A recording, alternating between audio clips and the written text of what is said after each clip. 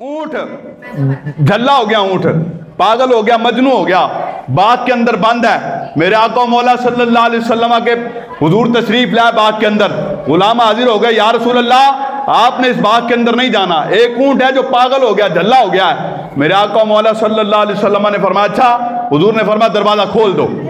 दरवाजा खोल दिया गया, ऊंट कोने के अंदर खड़ा है। अब हुजूर जैसे ही अंदर तशरीफ ले गए ना उस बाग के अंदर, अब वो ऊंट जो है वो दौड़ता दौड़ता सरकार के कदमों के अंदर आया और अपना जो सर था हुजूर के कदमों के अंदर यूं ला के रख दिया।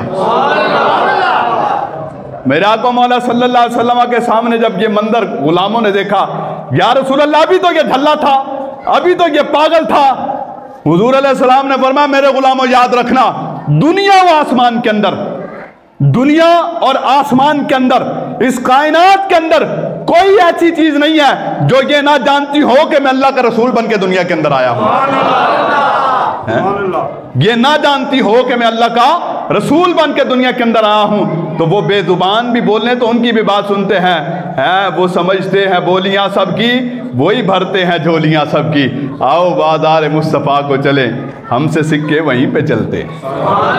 समझ आई ना, हमसे सिक्के वहीं पे चलते हैं। वो सुनते हैं, वो देते भी हैं। समझ आई ना। हाँ, जहां भी हो वहीं से दो सदा सरकार सुनते हैं, सरे आईना सुनते हैं, पसे दीवार सुनते हैं। मैं सदके जाऊं उनकी रहमत लिल आलमी पर, मैं सदके जाऊं उसकी उनकी रहमत लिल आलमीनी पर, पुकारूं जितनी बार वो हर बार सुनते हैं। समझ आए ना। तो वो जात तो ऐसी जात है। तो फिर मेरे आका मौला सल्लल्लाहु अलैहि वसल्लम अब दरख्त से मुखातिब हुए। हुजूर ने फरमाया उस तने से, सरकार ने फरमाया यार रोता क्यों है, खामोश हो जा, दो बातें तुझसे करनी है।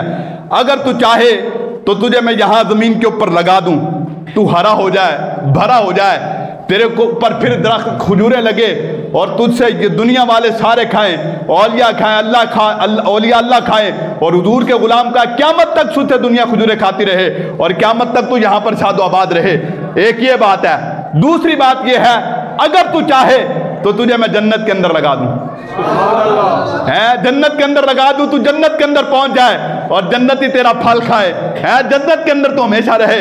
या रसूल अल्लाह मैं दुनिया को पसंद नहीं करता, मैं तो आखिरत को पसंद फरमाता हूँ, क्योंकि जाने कायनात में तो जाना जन्नत के अंदर है, तो फिर यहाँ पर रहना क्या, चंद दिन की जिंदगी है, फिर तो जाना है दुनिया से। तो मजा तो तब ही आएगा ना जब जन्नत के अंदर जाएंगे तो हुजूर अलैहिस्सलाम वहां पर मौजूद होंगे।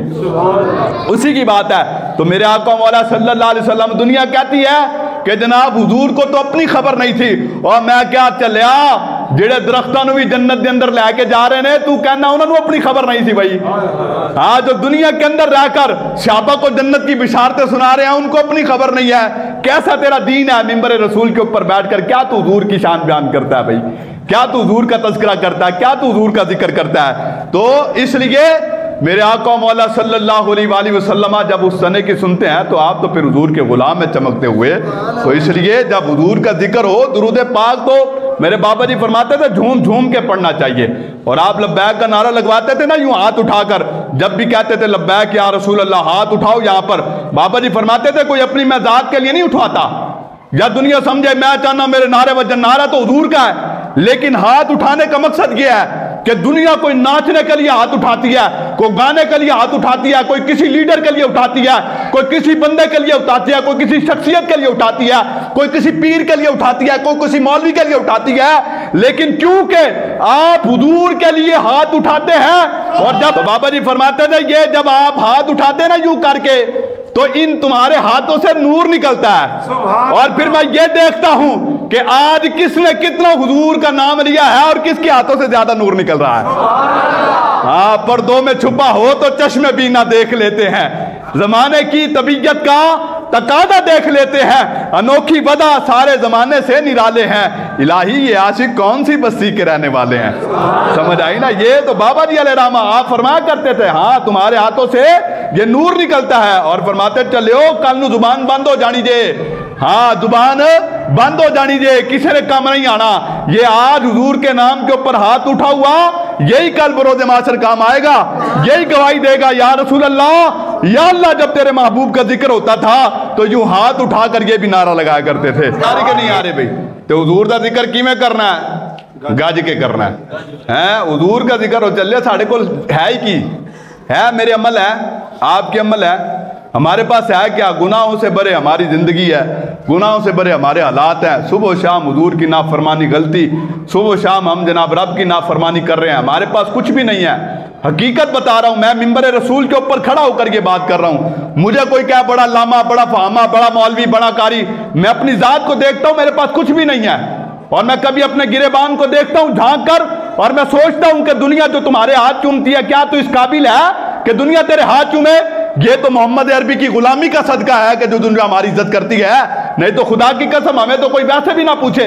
ये सब हमें पूछा जाता है तो हुजूर के दीन की वजह से, हुजूर के दीन के सदके से पूछा जाता है, हुजूर के दीन की वजह से कदर की जाती है। इसके अलावा कोई हमारे पास चीज है और ना हम कोई किसी को दे सकते हैं। और मेरी तो आखिर बस वो बाबा जी जो बात किया करते थे, हमारी तो तमन्ना क्या है? आखिरी तमन्ना यही है कि कब्र के अंदर चले जाएं, जो थोड़ा बहुत हुजूर के दीन का काम हो, अल्लाह के महबूब अलैहिस्सलाम ये काम देख कर फरमा दे, यार ए ते जड़ा ना अपना ही आया जान दे उन्होंने दुनिया तो जनाब, समझ आई ना। और मेरी अपनी ख्वाहिश ये है कि कब्र में जब सरकार आए तो मैं कदमों में गिरूं, गर फरिश्ते यूं उठाए तो मैं उनसे यूं कहूं, है अब ए फरिश्तों पाए नाज से मैं क्यों उठूं, मर के पहुंचा हूं यहां इस दिलरुबा के वास्ते। समझ आए? हमारा तो यही है ना, तो इसलिए हुजूर का जिक्र हो, हुजूर की बात हो।